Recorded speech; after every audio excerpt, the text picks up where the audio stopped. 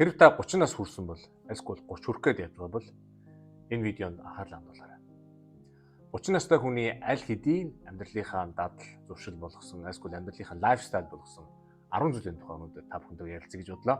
Хэрв та миний видеог анх удаа үзэж байгаа бол намайг Тэмүүлэн гэдэг хөрөнгө оруулагч, IT мэргэжилтэй Швейцарт амьдардаг. Манай мөнгөний сэтгэл зүй, хувийн санхүүгийн талаар ярьдаг Money Wise Master Channel тавтай морил. Ингээд let's talk about money. Subscribe, share хийх мартава. Ингээд видеонд орцгоё. 30 хүрсэн хүний дадал номер 1. 20-той биш 30-тай. Би 30 хүрсэн ч гэсэн би залуулаг 20-той юм шиг залуу, тархиндаа бол би залуу 20-той юм шиг хэвээрээ байгаа гэж учруулахгүй 20-той юм шиг шоудаал, 20-той юм шиг 20-той хүний хандлагаар хандаал, 20-той юм шиг омогтой, 20-той юм шиг биендээ хайргүй явж болохгүй. Тийм учраас номер 1 дадал нь би 30-тай. Тэгээд юмд хандахдаа 30-тай хүний нүдээр 30-тай хүний толгоогоор юмд ханднаа. 30 хүрсэн хүний дадал номер 2 зохистой парти. Хэрв та 30 хүрчээд 20-той юм шиг парти хийгээд байвал амьдралдаа та юу чухал вэ, юу чухал биш вэ гэдэг тийм priority, юмыг эрэмблэх, дараалах юм хийж амжаагүй байна. 30 хүрсэн хүн эрэмб дарааллыг мэдсэн байх ёстой. Юу амьдрал чухал вэ, юу амьдрал чухал биш вэ гэдгийг. 30 хүрсэн 20-оос 30 нас хүртэл секситл парти идчихэд 30 хүрсэн гарсан хойноо оройтлоо гэхэд 30 гарсан хойноо парти гэдэг юм миний амьдралын priority номер 32 юм байна гэдгийг мэдсэн байх ёстой. 30 гарсан хүний дадал номер 3 зөв найз нөхөд. Та хамгийн их цагийг хамтдаа өнгөрүүлдэг 5 хүний дунд чинь юм аа гэж бизнесмен, уран зориг, мотивацийн коуч Jim Rohn гэдэг хүн хэлсэн байдаг. Хэрв та 30 хүрээд амжилтыг, хөгжил дэвшлийг хүсэж байвал таныг үнэн сэтгэлээсээ хайрладаг, ямар ч атаархал байхгүй, таныг дэмждэг, таныг өсөлт амжилтанд чинь нөлөөлдөг тийм хүмүүсээр хүрээлэлээ үүсгээрэй гэсэн санаа. 30 хүрсэн хүний дадал номер 4 зөв үед. Оройтлоо гэхэд 30 хүрээд миний биеинд юу хэрэгтэй, миний биеинд юу хэрэггүй гэдгийг мэдсэн байх хэрэгтэй.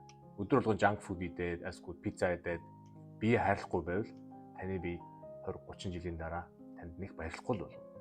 30 хүрсэн хүний дадал номер 5 дасгал хөдөлгөөн.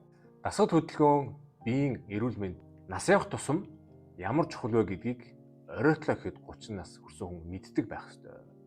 7 хоногт ядаж 2 юм уу 3 удаа дасгал хөдөлгөөн хийж явах хэрэгтэй. Бид нар яадаг гэхээр дасгал хөдөлгөөн хийн гэхээр жимд очиод мистер Олимпиад орох гэж байгаа юм шиг, бодибилдинг мистер болох гэж байгаа юм шиг ингэж бодоод байдаг. Яг үүндээ юу гэхээр ерөөсөө 7 хоногт 1 юм уу 2 удаа 3 удаа гараад цаг 2 цаг алхахад тэр чин танд удаан хугацаанд эрүүл мэнд чинь маш их юм авчирнаа. Энийг ойлгоцсон байх шаардлагатай. 30 хүрсэн хүний дадал номер 6 сур бас дахин сур. Өөртөө хөрөнгө оруулах нь хөрөнгө оруулалтын хамгийн ихний алхам юм аа гэдгийг 30 хүрсэн хүн ойлгоцсон байх хэрэгтэй. Сурхаа болсон хүн өгсөн хүнтэй адил гэж нэг удаа хятадын философч Лао Цзэ хэлсэн байдаг. Тэгээд энэнгүүрээ тэр биднэрт юу сануулад байна гэхээр хэрв та сургуулаа төгсөөд болцсон гэж бодож ивэл том эндүрч байна гэсэн санаа. Тэр нь юу гэсэн үг вэ гэхээр их сургуулаа төгсөөд өөр шин юм сурах аялал чинь дөнгөж эхэлж байгаамаа. Тийм болохоор манай монголчууд гэсэн ярьдаг сур бас дахин сур. Энэ бол хос үг биш. 30 хүрсэн хүний дадал номер 7 санхүүгийн мэдлэг. 30 хүрсэн хүн дор хаяж санхүүгийн basic мэдлэгтэй байх хэрэгтэй. Хөрөнгөний зах зээл гэж юу юм, мөнгө яаж ажилтгийг, трейдинг гэж юу юм, хөрөнгө оруулалт гэж юу юм, тэр бүгдийг ойлгоцсон байх шаардлагатай. Хэрэг түүнийг ойлгоогүй бол санхүүгийн мэдлэгээ дээшлүүлэх гэсэн эрмэлзэлтэй байх ёстой. 30 гарсан хүний дадал номер 8 гэр бүл бол таны хамгийн сайн найз.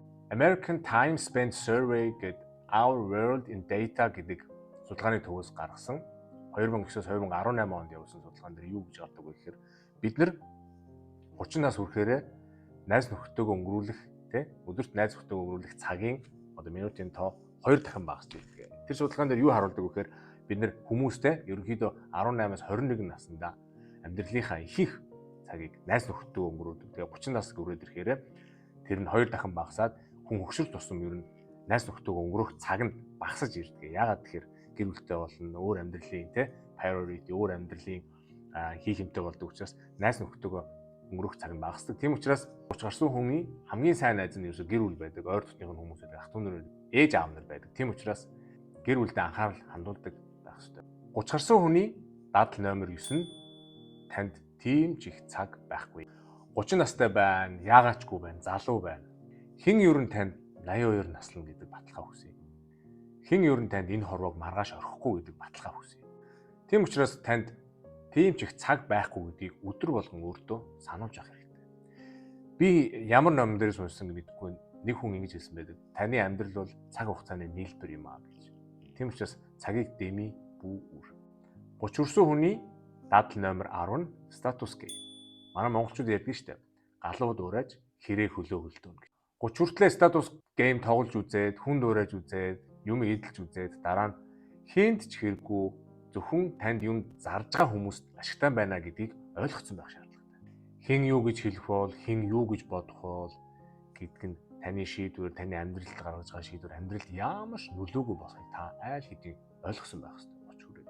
Тийм учраас статус гейм бити тоглоорой. Статус геймд үгүй гэж хэлээрэй. За ингээд энэ хүртэл хамт байсан та бүхэндээ баярлалаа. Миний энэ видеоноос та бүхэн нэг ч ихсэн юмыг ойлгож аваад өөртөө хэрэгжүүлж байгаа бол миний энэ видео хийсэн зорилго маань биелсэн гэсэн үг. Ингээд дараагийн видеогоор та бүхэндээ би өөр гоё сонирхолтой энэ талаар ярилцуулна. Ингээд хамтдаа байгаарай. Дараа устдаа баяртай. Чао.